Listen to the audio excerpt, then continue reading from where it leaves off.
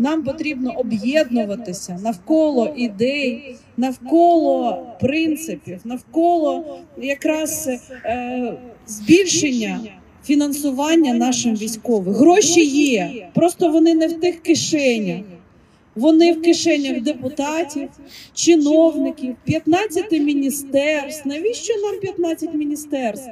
Навіщо нам 3500 державних підприємств, яке жодне з них не має прибуткової?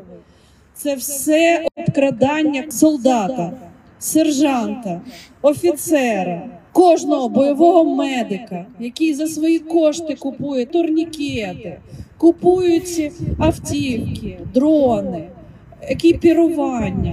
А ці гроші зараз сидять в кишенях чиновників. Потрібно скоротити чиновників, і це вивільнить мільярди і мільярди грошей для наших військових.